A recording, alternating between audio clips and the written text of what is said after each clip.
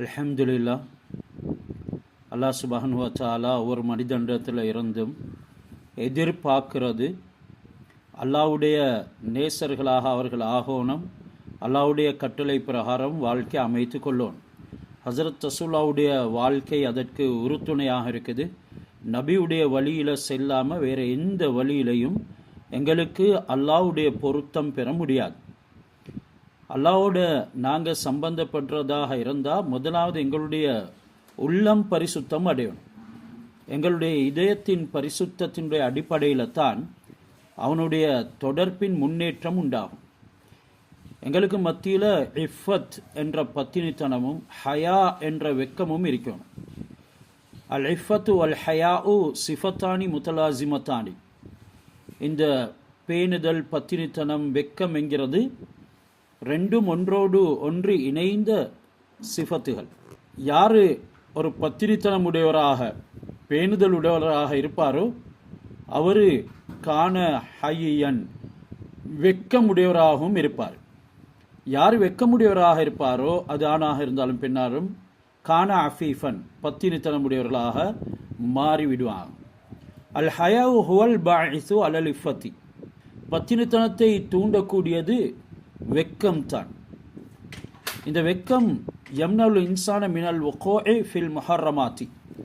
ஹராமான விடயங்களில் நிகழ்றதை விட்டும், ஹராமான விடயங்களை செய்கிறதை விட்டும் மனிதனை பாதுகாக்கும். அவன்கிட்ட இருக்கக்கூடிய பத்திரித்தனம் அவன் பாதம் சருகி போவதை விட்டும் காப்பாற்றும். கெட்ட விடயங்களில் இருந்து அவனை எல்லா நிலைமைகளையும் விடுவிக்கும். இந்த பத்தினித்தனம், வெக்கம் என்ற ரெண்டும் நல்ல குணங்களில் நின்றும் உண்டானது. அல்லாஹ் சுப்ஹானஹு வ தஆலா அந்த நற்குணத்தை விரும்புகிறார். ஹஸரத் ரசூலுல்லாஹி ஸல்லல்லாஹு அலைஹி வஸல்லம் அவங்க பத்தினித்தனத்தில் உயர்கட்டத்தில் இருந்தாங்க. ஹஸரத் ரசூலுல்லாஹி ஸல்லல்லாஹு அலைஹி வஸல்லம் அவங்க உயர் குணங்களை மனிதன் தனக்குள்ள ஆக்கிக்கொள்ள வேண்டும் என்ற விஷயத்தில் நிதமும் போதனைகளை செய்வாங்க. அல்லாஹ்வுடைய பொருத்தம் பெறத்துக்கு, சொர்க்கம் அடைகிறதுக்கு இந்த ரெண்டு சிஃபாத்துகளும் ஒவ்வொருத்தையும் இருக்கணும். உண்மையான மூமின்களுடைய அடையாளங்களும் இந்த ரெண்டு சிஃபாத்துகளும் தான். சாலிஹானவர்களுடன் ஒன்று சேர்றதுக்கு அல்லாஹ் சுப்ஹானஹு வ தஆலா பாக்கியங்களை நசீபாக்குறதும் இந்த பத்தினித்தனமும் வெக்க குணத்தும் கொண்டு தான். பத்தினித்தனமும் வெக்கமும் யார்கிட்ட இருக்குதோ அவங்க தான் மானங்களை பாதுகாத்து கொள்வாங்க, மற்றவங்களுடைய மானத்தையும் பாதுகாப்பாங்க. நசபுகள் என்ற சந்ததிகளையும் பாதுகாப்பாங்க, மேலும் பொருட்களையும் பாதுகாத்து கொள்வாங்க. இந்த வெக்கமும் பத்தினித்தனமும் இல்லாதவங்க அவங்களுக்கு கிடைக்கக்கூடிய பொருளை எந்த வழியில் செலவழிக்கிறதுங்கிறத கூட பொருட்படுத்த மாட்டாங்க. ஹராமான அனைத்து விடயங்கள்லையும் அதனை செலவு செய்வாங்க. இதனால் அல்லாஹ்வுடைய கோபத்துக்கு, அல்லாஹ்வுடைய லானத்துக்கு ஆளாகுவதுடனே நாள மறுமையிலும் தோல்வியை பெற்றவர்களுடைய கூட்டத்தில் ஆகிடுவாங்க. எனவே இந்த வெக்கம், பத்தினித்தனம் என்கிறது ஈமானோட இணைந்தது.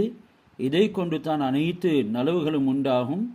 இது எல்லா சந்தர்ப்பத்திலையும் எங்களிடத்தில் வரவழைத்து கொள்றதுக்கு நாங்கள் முயற்சி செய்யணும். நாங்கள் சென்ற ஆயத்துகளில் தௌபாவுடைய சில விஷயங்களை பற்றி பார்த்தோம். எனவே அவைகள் ஒவ்வொன்றும் ஒவ்வொரு தலையங்கங்கள். அதனுடைய விரிவாக்கங்களின் பக்கம் நாங்கள் போகல, மாறாக சூரத்து நிசாவில் அதுக்கு ஏற்ப சில தஃசீர்கள் சொல்லப்பட்டிருக்குது. அதிலும் முக்கியமானவற்றைத்தான் உங்களுக்கு நாங்கள் எடுத்து வைப்போம். ஏற்கனவே அல்லாஹ் சுப்ஹானஹு வ தஆலா பாவம் செய்யக்கூடியவர்களுக்கு அவகாசம் கொடுக்கிறான் தௌபா செய்வதற்காக. ஒரு ஹதீஸில் வந்து இருக்குது, கால ரசூலுல்லாஹி ஸல்லல்லாஹு அலைஹி வஸல்லம் சொன்னாங்க, சாஹிபல் யமீனி அமீனுன் அலா சாஹிபி ஷிமாலி. வலப்புறத்தில் இருக்கக்கூடிய மலக்கு, அதாவது ரகீப் அதீத் என்ற மலாய்க்காமார்கள் பாவங்களை மற்றும் நன்மைகளை பதிவு செய்கிறதுக்கு சாட்டப்பட்டிருக்கிறாங்க. இந்த வலப்பக்கத்தில் இருக்கக்கூடிய மலக்கு அமீனுன் அலா சாஹிபி ஷிமாலி, இடது பக்கம் இருக்கக்கூடிய மலக்கின் மீது ஒரு நம்பிக்கையாளராக இருக்கிறார். எந்த அளவுக்குண்டா, ஃபைதா அமிலல் அபுது ஹசனத்தன், அடியான் ஒரு நல்ல செயலை செஞ்சிட்டா யக்துபுலஹு சாஹிபுல் யமீனி அஷ்ரன், அந்த சாஹிபுல் யமீன் வலது பக்கத்தில் இருக்கக்கூடிய அடியாருடைய வலது தோல் புஜத்தில் இருக்கக்கூடியவர் அந்த ஒன்றுக்காக வேண்டி 10 நன்மைகளை எழுதுகிறார்.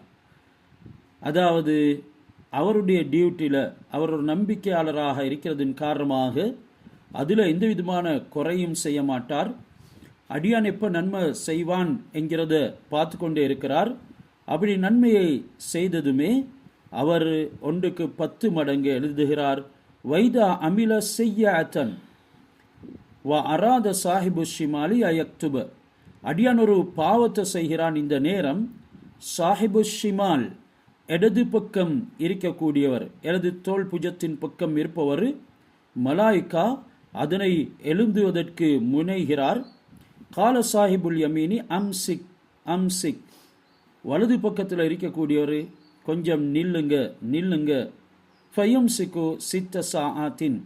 இப்படி 6 மணித்தியாலங்கள் அவு சபா சாஆத்தின் அல்லது 7 மணித்தியாலங்கள் அவருக்கு ஒரு அவகாசம் கொடுக்கப்படுது. ஃபைனிஸ்தக்ஃபர ஃபீஹா. அந்த 6-7 மணித்தியாலங்களுக்குள்ளே இந்த அடியான் பாவம் செய்தவர் இஸ்திக்ஃபார் செய்து விடுவார் என்றால் லம் யக்துப் அலைஹி. அந்த இடது பக்கம் இருக்கக்கூடியவர் அதனை எழுத மாட்டார். மாறாக வ இல்லம் யஸ்தக்ஃபிர். அப்படி இஸ்திக்ஃபார் செய்து பாவ மன்னிப்பு கேட்கவில்லை என்றால் கதப செய்யத்தன் வாஹிதத்தன், ஒரே ஒரு பாவம் செய்ததாகத்தான் எழுதி விடுவார். நன்மைக்கு 10 மடங்கு, ஒரு நன்மைக்கு 10 மடங்கு கூலி வழங்கக்கூடிய அல்லாஹ் இரக்கம் உள்ளவன். எந்த அளவுக்கு அடியானோட விருப்பம் உள்ளவன், கருணை உள்ளவன்.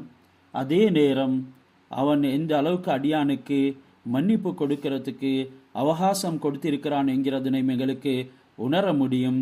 அங்கே சந்தர்ப்பத்தை அல்லாஹ் சுப்ஹானஹு வ தஆலா கொடுக்கிறதோட அடியான் செய்த பாவத்துக்கு இஸ்திக்ஃபார் தௌபா செய்ய இல்லைண்டா அல்லாஹ் ஒரே ஒரு பாவத்தை தான் அவன் செய்ததாக எழுதுகிறான். எனவே அல்லாஹ் எந்த அளவுக்கு அடியான தன்னிடத்தில் சமீபமாக்கி கொள்வதற்கு உண்டான விதிமுறைகளை ஏற்படுத்தி இருக்கிறான் என்கிறது எங்களுக்கு விளங்க இயலும்.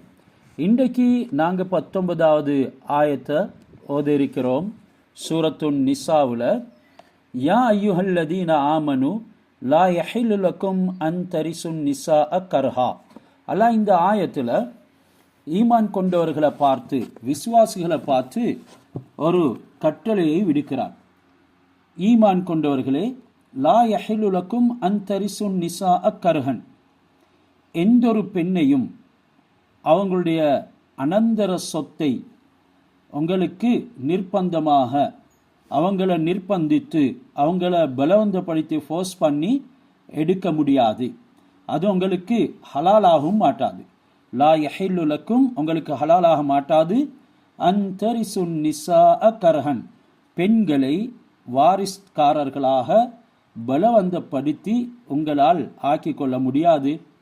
மேலும் வலா தஅலுலுஹுன்ன லிதத்ஹபு பிபஅலி மா ஆதைதுமுஹுன்ன இல்லா ஐயத்தீன பிஃபாஹிஷத்தின் முபையினா.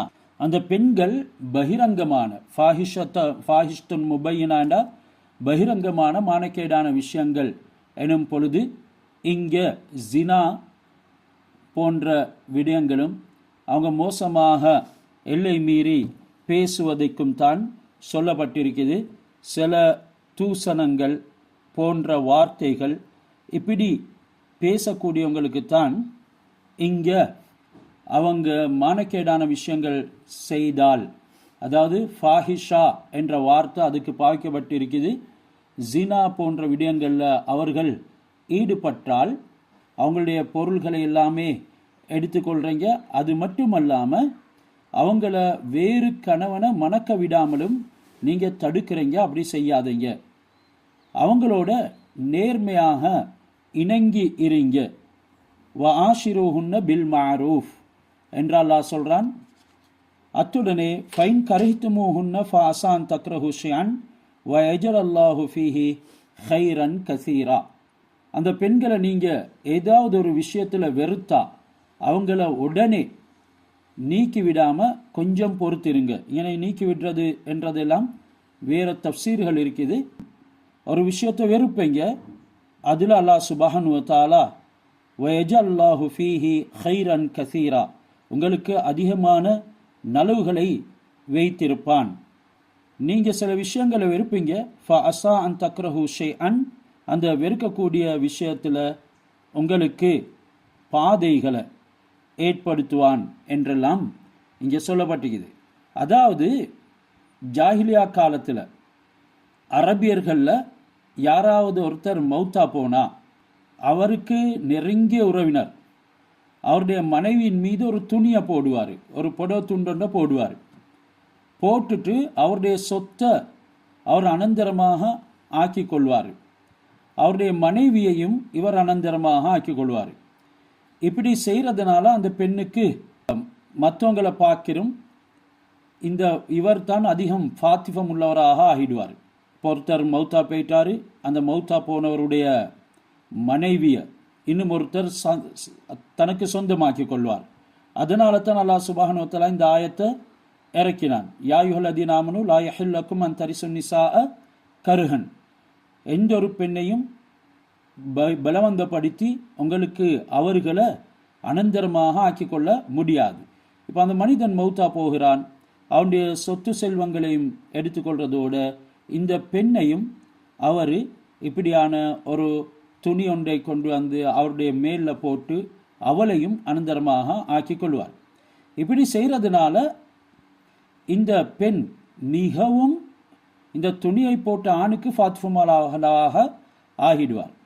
பிறகு அந்த பெண் விரும்பினா புதிய மகர் ஒன்று கொடுக்காமலேயே அந்த இறந்து போன கணவன் கொடுத்த அந்த மகருக்கே அவளை திருமணம் செய்து கொள்ளலும்.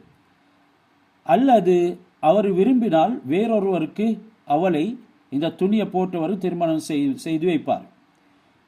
அவளுடைய மகர் தொகையை அவர் எடுத்துக்கொண்டு, அதாவது புதிதாக திருமணம் முடித்து வைக்கக்கூடிய கணவன் கொடுக்கக்கூடிய மகரை அவர் எடுத்துக்கொண்டு அந்த தொகையிலிருந்து அவருக்கு அந்த பெண்ணுக்கு ஒன்றும் கொடுக்காம அவர் இருந்துருவார்.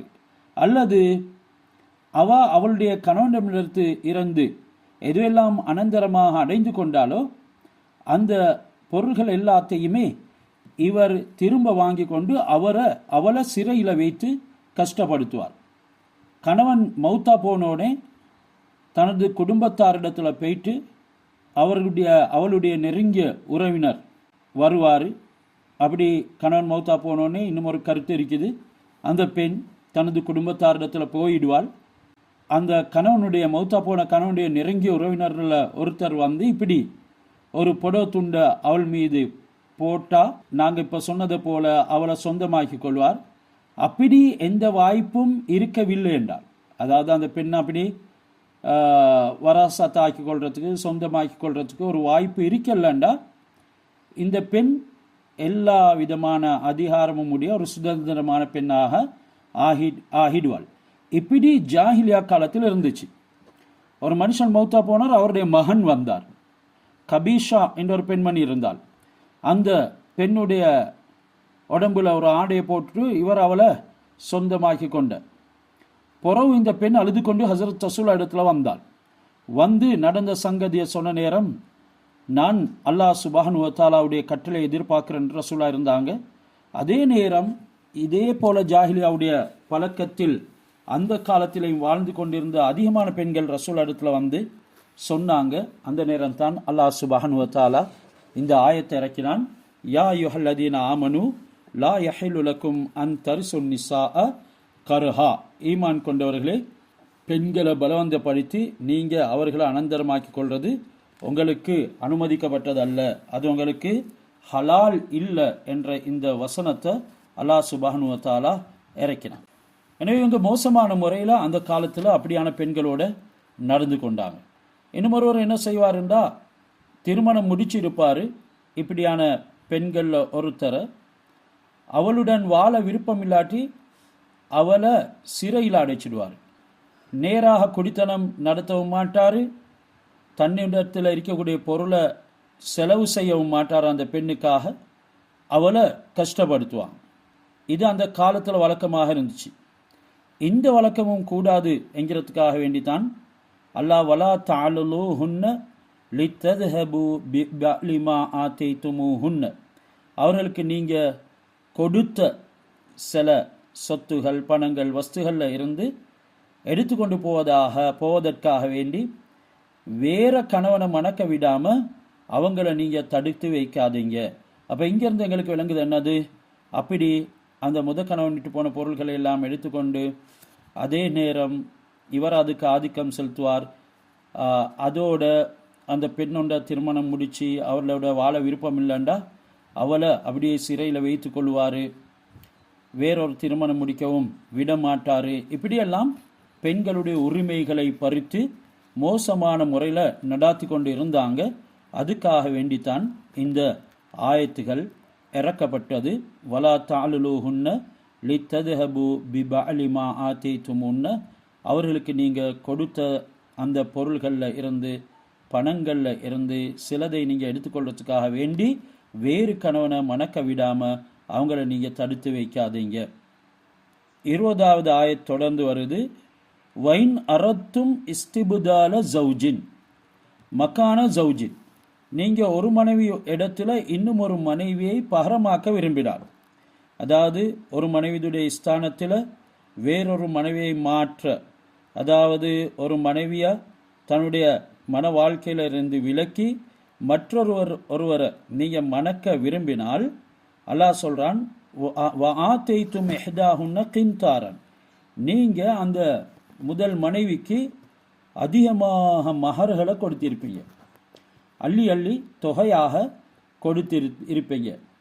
அந்த நேரம் ஃபலா தாஹுது மின்ஹு ஷைஆ, அவளை நீங்கள் மனவிடுதலை செய்ய போகிறீங்க, அவளிடத்தில் இருந்து நீங்கள் கொடுத்தவற்றில் எதையுமே எடுத்துக்கொள்ளாதீங்க. இது ஒரு மோசமான பழக்கம் என்கிறத உணர்த்தி சொல்கிறான். அத்தாஹுதுனஹு புஹ்தானன் வ இஸ்மன் முபீனா, அதை நீங்கள் அக்கிரமாக பகிரங்கமாக பாவமாக இருக்கும் நிலைமையில் எடுக்கிறீங்களா? அப்படி எடுக்கிறதாக இருந்தால் அது ஒரு அக்கிரமம், பாவம் என்கிறதெல்லாம் அல்லாஹ் சொல்லி காட்டுறான். வ கைஃப தாஹுதுனஹு, நீங்கள் எப்படி எடுப்பீங்க? வகது அஃப்லா பஅதுக்கும் இலா பஅதின், நீங்கள் ஒருவருக்கொருவர் வாழ்ந்து இருக்கக்கூடிய நிலைமை. வகது அஃப்லா பஅதுக்கும் இலா பஅதின்னா அவங்களுடைய மனைவியோட நீங்கள் ஒருவருக்கொருவர் வாழ்ந்திருக்கும் நிலைமையில் என்றால் அல்லாஹ் சுப்ஹானஹு வ தஆலா ஒரு திருமண குடும்ப உறவைத்தான் இன்னைக்கு சொல்கிறான். இப்படி அவளிடத்தில் நீங்கள் சென்று அவள் உங்களிடத்தில் வந்து இப்படி வாழ்ந்த பொழுது, இப்படி வாழ்ந்து இருந்தும் எப்படி நீங்கள் கொடுத்ததை எடுப்பீங்க?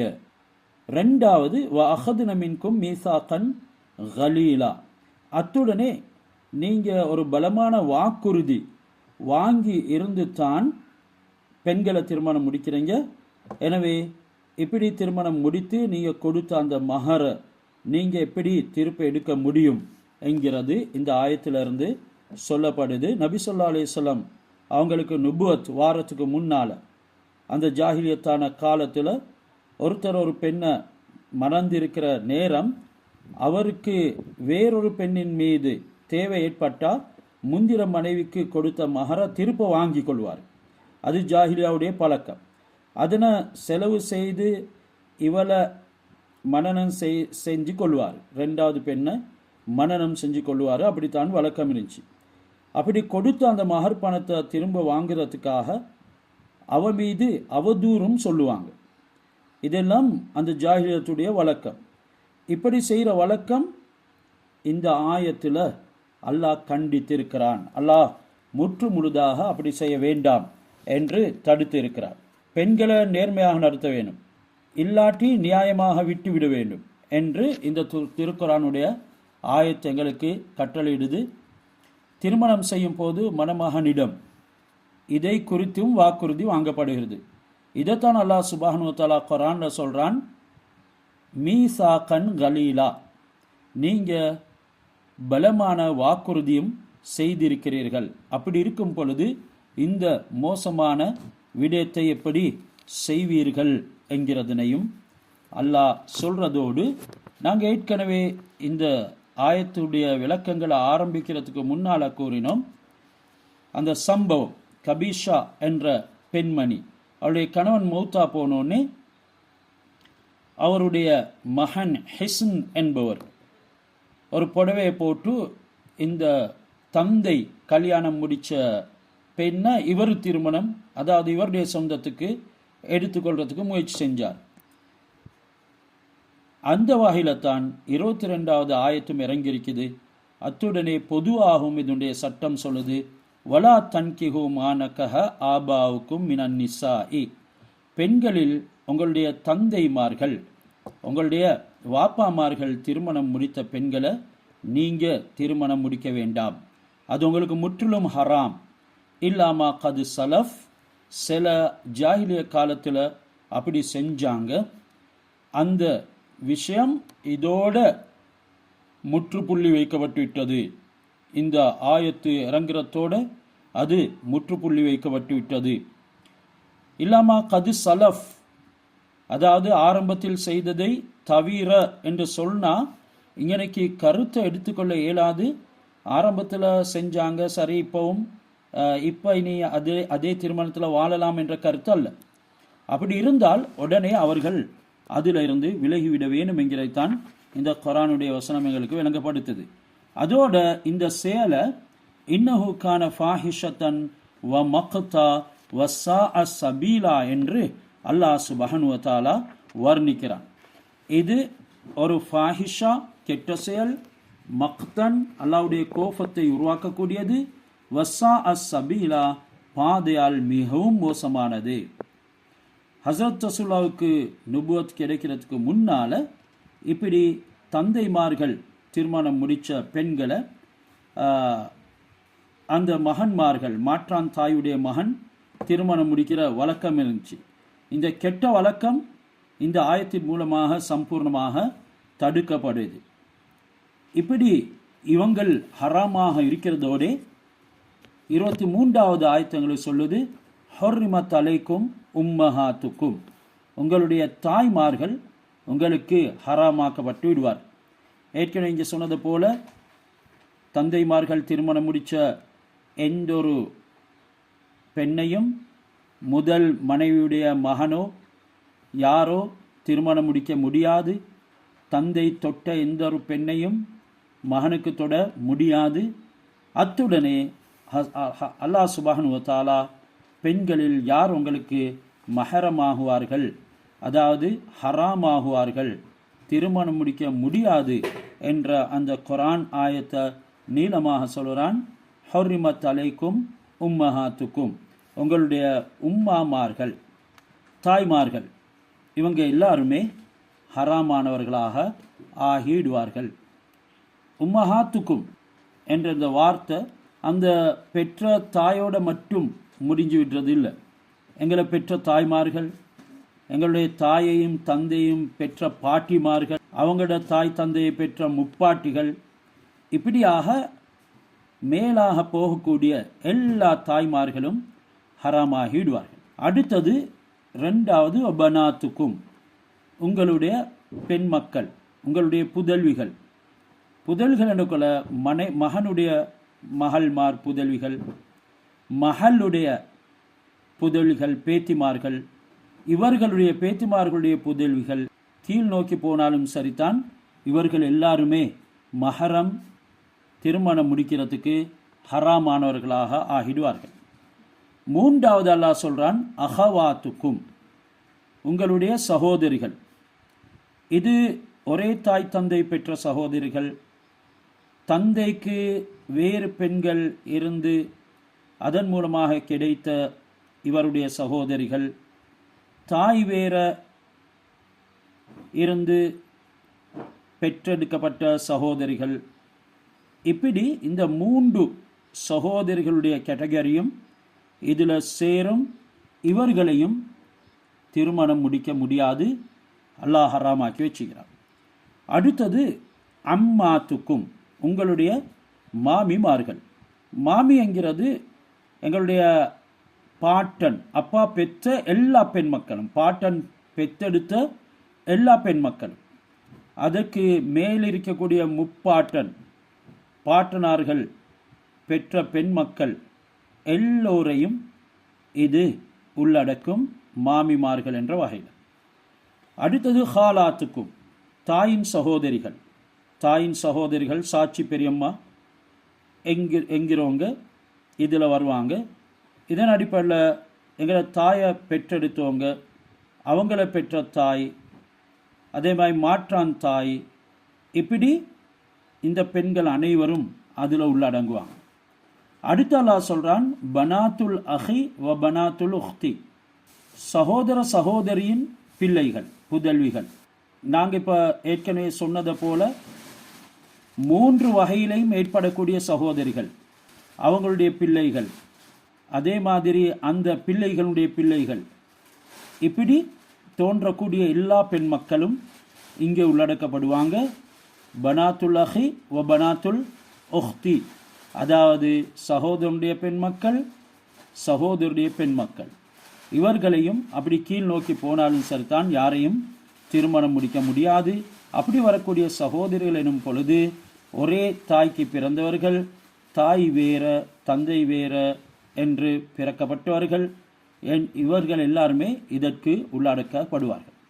அடுத்தது உம்மஹாத்துக்கும் உள்ளாத்தி அர்லானக்கும் வா அஹவாத்துக்கும் மினர் ரலாஆ, உங்களுக்கு பாலூட்டிய தாய்மார்கள். உம்மஹாத்துக்கும் உள்ளாத்தி அர்லானக்கும், உங்களுக்கு பாலூட்டிய தாய்மார்கள். அதோட வா அஹவாத்துக்கும் மினர் ரலாத்தி, பால் குடியினால் ஏற்பட்ட உங்களுடைய சகோதரிகள், பால் குடிக்கும் காலத்தில் அவங்களுக்கு பால் ஊற்றிய பெண்களும் அந்த பெண்களுடைய மகள்மார்களும் எல்லாருமே அந்த ஆண்களுக்கு ஹராம் ஆகிவிடுவார்கள், மஹரம் இரத்த சொந்தமாக ஆகிடுவாங்க. அடுத்தது உம்மஹாத்து நிசாய்க்கும், உங்களுடைய மனைவிமார்களுடைய தாய்மார்கள். மனைவியோட வீடு கூடி இருந்தாலும் சரி, கூடாமல் இருந்தாலும் சரி, மனைவியோட வீடு கூடி இருந்தாலும் சரி, அவளோட வீடு கூடாமல் இருந்தாலும் சரி, அவங்களுடைய தாய்மார்கள் இவருக்கு மஹரமாகவே இருப்பாங்க. வரபாயிபுக்கும் உள்ளாத்தி ஃபி ஹுஜூரிக்கும் மின் நிசாயிக்கும் உள்ளத்தி தஹல்தும் பிஹின். அடுத்தது ரபாயிப். ரபாயிப் என்றது ரபீபா உடைய ஜமுதான் ரபாயிப். ரபாயிப் என்கிறது உங்களுடைய மனைவிமார்களுடைய பிள்ளைகள், பெண் பிள்ளைகள். எப்படியான மனைவிமார்கள்? அல்லத்தி தஹல்தும் பிஹின்ன, அவர்களோட நீங்கள் உறவு கொண்டாடிய, எந்த மனைவியோட நீங்கள் உறவு கொண்டாடினீங்களோ அப்படியான மனைவிக்கு ஆரம்ப கணவனின் மூலமாக பெண் மக்கள் இருக்கிறாங்கன்னா அவங்களும் உங்களுக்கு மஹரமாகிடுவாங்க. எப்போ மஹரமாகிடுவாங்கண்டா, நீங்கள் இந்த திருமணம் முடித்த பெண்ணோட வீடு கூடினால். ஃபைல்லம் தக்கூனு தஹல்தும் பிஹின்ன, அப்படி அவங்களோட வீடு கூடாமல் இருந்திருந்தால் ஃபலா ஜுனாஹ அலைக்கும், அந்த பெண்களை திருமணம் முடிக்கிறது உங்களுக்கு பிரச்சனை கிடையாது என்றால் அல்லாஹ் சொல்கிறான். எப்போ உறவு உண்டாகிவிடுதோ அப்பொழுது தான் இந்த ரபீபா, அதாவது உங்களுடைய மனைவியுடைய முதல் கணவன் மூலமாக கிடைத்த அந்த மகள் மஹரமாகுவாள். அப்படி இல்லைண்டா அந்த நீங்கள் திருமணம் முடித்த இந்த பெண்ணோட வீடு கூடாத பட்சத்தில் அவள் மஹரமாக மாட்டாள். அவளையும் இவளை விலக்கிவிட்டு திருமணம் முடிக்கலாம் என்கிறது இங்கே சொல்லப்பட்டு இருக்குது. மேலும் வஹலாயிலு அபுநாய்க்கும் உள்ளதீன மின் அஸ்லாபிக்கும், உங்களுடைய முதுகம் தண்டில் இருந்து பிறந்த உங்களுடைய மனைவிமார்களின், உங்களுடைய மகன்மார்களின் மனைவிமார்கள், உங்களுடைய பிள்ளைகளின் மனைவிமார்கள். அப்போ எந்த ஒரு தந்தைக்கும் தன்னுடைய மகன்மார்கள் என்று சொல்லும் பொழுது இங்கே விளங்குது மகன் அப்படி கீழ் நோக்கி போனாலும் சரிதான், அவங்களுடைய மனைவிகளையும் இந்த தந்தைமார்களுக்கு திருமணம் முடிக்க முடியாது, அவங்க எல்லாரும் மஹரமாகிடுவாங்க. அடுத்தது வான் தஜ்மஉ பைனல் உஹ்தைனி இல்லாமா கது சலஃப், 2 சகோதரிகளை ஒரே நேரத்தில் ஒன்று சேர்த்து திருமணம் முடிக்கிறது ஹராம். இல்லாமா கது சலஃப், ஆரம்ப ஜாஹிலியா காலத்தில் இது நடந்ததோ அதனை அன்றி, அதனை எல்லாம் மன்னிப்பான் என்று சொன்னால், எப்போ இந்த ஹராம் என்ற விஷயங்கள் வந்து விடுதோ அந்த நேரமே அப்படி 2 சகோதரிகளை திருமணம் முடிச்சிருந்தா உடனே பிரிஞ்சு விடணும். எனவே தான் அது தெரியாத காலத்தில் நடந்தது, அது பிரச்சனை கிடையாது என்றால் தொடர்ந்தும் வாழணும் என்கிறது இல்லை, உடனே பிரிச்சிடணும். ஹசரத் ரசூலுல்லாஹி ஸல்லல்லாஹு அலைஹி வஸல்லம் அவங்க இந்த ஆயத்தை இறங்கின உடனே அப்படி இருந்தவர்களை அனைவரையும் பிரித்து விட்டாங்க. இன்னல்லாஹக்கான கஃபூரர் ரஹீமா, அல்லாஹ் சுப்ஹானஹு வ தஆலா மன்னிக்கக்கூடியவனும் இரக்கமுடையவனாகவும் இருக்கிறான். 14 வகையான பெண்களை அல்லாஹ் இந்த ஆயத்தில் திருமணம் செய்யக்கூடாது என்று சொல்லியிருக்கிறார். இதில் 7 வகையினர்கள் வம்சத்தை பொறுத்து, நசபை பொறுத்து ஹராமாக்கப்பட்டோம். அந்த 7 வகையினர் தான் தாய்மார்கள், மகள்மார்கள், சகோதரிகள், மாமிகள், தாயின் சகோதரிகள், சகோதரரின் பெண்மக்கள், புதல்விகள், சகோதரியின் புதல்விகள் என்று சொல்லப்பட்டிருக்கிறது. எஞ்சியுள்ள 7 வகையினரும் பால் குடியினால் சம்பந்தப்படக்கூடியவங்க, அதாவது திருமணம் செய்வதற்கு விலக்கப்பட்டிருக்கிறாங்க. இவங்களை பற்றி விவரம் இதே ஆயத்தில் பிற்பகுதியை பார்த்தோம் என்றால், உம்மஹாத்துக்கும் உள்ளாத்தி அர்லானக்கும், உங்களுக்கு பாலூட்டிய உங்கள் தாய்மார்கள் என்ற வசனத்தில் சொல்லப்பட்டிருக்கிறது. குழந்தைகள் பால் அருந்துவதற்கு அந்த காலத்தில் அவங்க ஏற்பாடுகள் செஞ்சுப்பாங்க. அந்த காலத்தில் சில பால் குடித்த ஆணும் பெண்ணும் பெரிதொரு காலத்தில் தெரியாமல் திருமணம் முடித்து தெரிய வந்திருந்தாலும் கூட ஹசரத் ரசூல்லா அவர்களை பிரித்து வச்சுக்கிறாங்க. நசப் என்ற அந்த உறவு முறை மூலம் ஹராமாகக்கூடிய எல்லாருமே பால் குடியின் மூலமாகவும் ஹராமாகுவாங்க. இந்த பால் ஊட்டிய பெண் அந்த பிள்ளைக்கு தாயாக, அவளுடைய கணவன் தந்தையாக ஆகிடுவாங்க. அதே நேரம் அந்த பெண்ணுடைய பெற்றோர்கள் பாட்டன் பாட்டியாக, அதாவது அப்பா உம்மாவாக ஆகிடுவாங்க. இதை பற்றி ஹஜரத் ரசூலுல்லாஹி ஸல்லல்லாஹு அலைஹி வஸல்லம் அவங்களும் வம்சத்தால் விலக்கப்படக்கூடியவங்க, அதாவது திருமணம் முடிக்கக்கூடாது என்று விலக்கி ஹராமாக்கப்பட்டவங்க பால் குடியினாலும் விலக்கப்படுவாங்க, ஹராமாக்கப்படுவாங்க என்று சொல்லப்பட்டு, ஹஜரத் ஆதம் அலைஹிஸ்ஸலாம் அவங்களுடைய காலத்தில் நசபுகளை, அதாவது ஜனங்களை வளர்க்க வேண்டும் என்பதற்காக அல்லாஹ் சுப்ஹானஹு வ தஆலா ஒன்றோடொன்று பிறக்கக்கூடியவர்களை அது திருமணம் முடிக்க முடியும் என்று ஒரு முறையை உண்டு பண்ணினான். அதன் பின்னால் அல்லாஹ் சுப்ஹானஹு வ தஆலா சட்டங்களை வகுத்தான். அல்லாஹ் படைக்கக்கூடியவன், அவன் நாடியதை செய்வான். அவன் எதனை சொல்கிறானோ அதனை எடுத்து நடக்கிறது தான் எங்களுடைய புத்திசாலித்தனமே தவிர, ஆரம்பத்தில் இப்படி இருந்தது, அந்த நேரம் அல்லாஹ் ஆகுமாக்கி இருந்தானே, இப்பொழுது தடுக்கப்படுது என்று விதண்டாவாதம் புறத்துக்கு எங்களுக்கு எந்த விதமான அருகதையும் இல்லை. அப்போ எங்களுக்கு விளங்குது, ஆதம் அலைஹிஸ்ஸலாம் அவங்களுடைய காலத்தில் இது ஒரு விலக்கலாக தடுக்கப்பட்ட ஒரு விஷயமாக இருக்க இல்லை. இப்போ அல்லாஹ் சுப்ஹானஹு வ தஆலா மக்கள் தொகைகள் அதிகமாகி அது உறவுகள் இந்த முறையில் வளர ஆரம்பிச்சிடுதோ, அந்த நேரம் அல்லாஹ் சமூகத்துடைய சீர்திருத்தத்துக்காக வேண்டி படைத்தவனுடைய சிந்தனைக்கேற்ப அதனை எங்களுக்கு இப்பொழுது அமைத்து தந்துகிறான். இந்த பெண்களுடைய விடயங்களை பேசிக்கொண்டு வரக்கூடிய நேரத்தில் அடுத்து 24வது ஆயத் சொல்லுது, வல் முஹ்ஸனாத்து மினன் நிசாஇ, பெண்களில் சிலர்கள் இருக்கிறாங்க முஹ்ஸனாத்துகள், கணவன்மார்கள் உள்ள பெண்களும் இருக்கிறார்கள். இவங்களை நீங்கள் திருமணம் முடிச்சு கொள்ளக்கூடாது, ஏனெனில் அப்படியும் நடந்து வந்திருக்குது. அல்லாஹ் இங்கே இல்லாமா மலக்கத் ஐமானுக்கும் என்று சொல்கிறான். வல் முஹ்ஸனாத்து மினன் நிசாஇ இல்லாமா மலக்கத் ஐமானுக்கும் கிதாபல்லாஹி அலைக்கும், யுத்தத்தில் கைதியாகி நீங்கள் அடிமல் பெண்களாக உங்களுடைய வழக்கரங்கள் சொந்தம் கொண்டாடக்கூடியவர்களாக ஏற்படுத்தி கொள்ளக்கூடிய பெண்களை தவிர, பெண்களில் கணவன்மார்கள் உள்ளவர்களை நீங்கள் திருமணம் செய்து கொள்வது கூடாது. அப்போ இது ஒரு முக்கியமான விஷயம். அதிகமான சமூக சீர்கேடு, ஒழுக்க சீர்கேடுகள் நடந்திருக்குது. கணவன் இருக்கக்கூடிய பெண்ணையும் திருமணம் முடிக்கக்கூடிய ஒரு வளமை அன்றைக்கும் இருந்துச்சு, இன்றைக்கும் இருக்குது. இன்றைக்கு அது திருமணம் என்று இல்லாமல் இன்னும் ஒரு படி முன்னேறி பெரிய பாவம் என்ற ஒரு நிலைமைக்கு போயிட்டு இருக்குது. சில விஷயங்களை நான் உதாரணங்கள் சொல்ல விரும்பல. உங்களுக்கு தெரியும், சில பெண்கள் அவர்களுடைய தைரியத்தினால மோசமான தொடர்புகளை வச்சு கொண்டிருப்பாங்க கணவன் இருக்கும் பொழுதே. அதே நேரம் கணவன்மார்கள் தூர இருக்கிறாங்க, அல்லது மனைவிமார்கள் கணவன்மார்களை விட்டும் தூர இருக்கிறாங்க. இதை போல சந்தர்ப்பங்களில் சமூகத்துக்கு காட்டிக்கொள்றது நாங்கள் திருமணம் முடிச்சுக்கிறோம் என்று சொல்லி. ஆனாலும் இவங்க திருமணத்திலிருந்து விலகியவர்களாக இல்லை. அதே நேரம் காசிக்கோட்டில் தலாக் கொடுத்து அது சீராக முடிவுக்கு வர்றதுக்கு முன்னால இவர் விலகிட்டாரு அல்லது இவள் திருமணத்திலிருந்து விலகிட்டாள் என்ற முடிவுக்கு முன்னால, தலாக்குக்கு முன்னால சிலவங்க கல்யாணம் முடிச்சு கொள்றது. இதெல்லாம் சேர்த்து தான் அல்லாஹ் சுப்ஹானஹு வ தஆலா இங்கே சொல்லிக்கிறான். இப்படி எந்த கணவன் உள்ள பெண்ணையும் முஹ்சனாத்துகளை அவங்களுக்கு திருமணம் முடிக்க முடியாது, அடிமை பெண்களை தவிர.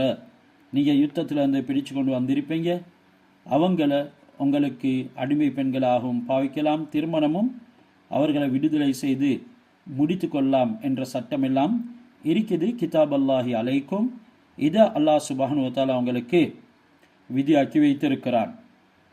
வஹில்ல லக்கும் மா வராஅ ذالிக்கும் அன் தபுதகு பி அம்வாலிக்கும் மஹ்சினீன கைர முசாஃபிஹீன்.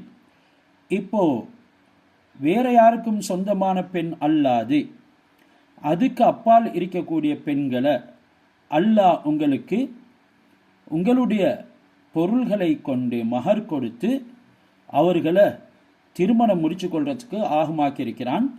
அந்த பெண்கள் முஹ்சின் ஆன பெண்களாக இருக்கணும். கைர முசாஃபிஹீன், யாரோடையும் கள்ள தொடர்புள்ள விபச்சாரம் செய்யக்கூடிய பெண்களாக இருக்கக்கூடாது. இங்கே முசாஃபிஹீன் என்று சொல்றது வேற வேற தொடர்பு இருக்கக்கூடியவங்க. அவங்க திருமணம் முடித்த பெண்களாக இருந்தாலும் சரி, அதாவது திருமணம் முடித்து தலாக் கொடுக்கப்பட்டு தனிமையாக இருக்கக்கூடிய பெண்களாக இருந்தாலும் சரி, அல்லது திருமணம் முடிக்காத பொதுவாக பெண்கள் இருக்கிறாங்க, வாலிப பெண்கள் இருக்கிறாங்க, நடுத்தர வயது பெண்கள் இருக்கிறாங்க, வயதுப பெண்கள் இருக்கிறாங்க, திருமணம் முடிக்காதவங்க, இவங்களாக இருந்தாலும் சரி, யாரோடையும் தொடர்பு கொள்ளாத முஹ்சினான பெண்களை உங்களுடைய பணத்தை செலவழித்து மஹர் கொடுத்து திருமணம் முடிச்சு கொள்வது வஹில்ல லக்கும், உங்களுக்கு ஹலாலாக்கப்பட்டிருக்குது. அந்த பெண்களை நீங்கள் சட்ட ரீதியாக கட்டணம் செலுத்தி திருமணம் முடிச்சுக்கோங்க என்கிறது அல்லாஹ் இந்த ஆயத்தில் சொல்கிறான். ஃபமஸ்தம்தஅதும் பிஹி மின்ஹுன்ன, இப்போ நீங்கள் திருமணம் முடித்து அந்த பெண்ணுடன் இஸ்திம்தா செய்தால், அவர்களுடன் நீங்கள் உறவை கொண்டாடினால், ஃபஆத்துஹுன்ன உஜூரஹுன்ன ஃபரீதா, அவர்களுடைய மகரை கட்டாயமான நிலைமையில், அதாவது அந்த நேரத்தில் மகர் கொடுக்கிறது கட்டாயம், அந்த மகரையும் செலுத்திவிடுங்க. வலா ஜுனாஹ அலைக்கும் ஃபீமா தராலைத்தும் பிஹி மின் பஅதில் ஃபரீதா, கட்டணத்தொகை மகரை செலுத்தினதன் பின்னால அவர்கள் விரும்பி அதில் இருந்து ஏதேனும் உங்களுக்கு தருவார்களாக இருந்தால் அது உங்களுக்கு உபயோகிச்சு கொள்ளலாம், அது குற்றம் இல்லை என்கிறதனையும் அல்லாஹ் இந்த ஆயத்தில் சொல்லுகிறான். வலா ஜுனாஹ அலைக்கும் ஃபீமா தராலைத்தும் பிஹி மின் பஅதில் ஃபரீலா இன்னல்லாஹ கான அலீமன் ஹக்கீமா. எனவே இந்த விடயங்களை அல்லாஹ் சுப்ஹானஹு வ தஆலா நன்கு அறிந்தவனாக நுணுக்கமுள்ளவனாக இருக்கிறான் என்கிறதனையும் இந்த ஆயத் சொல்கிறது. எனவே முஹ்சனாத் என்கிறதுக்கு இந்த இடத்துல கணவன் உள்ள பெண்கள் என்கிறதான் கருத்து.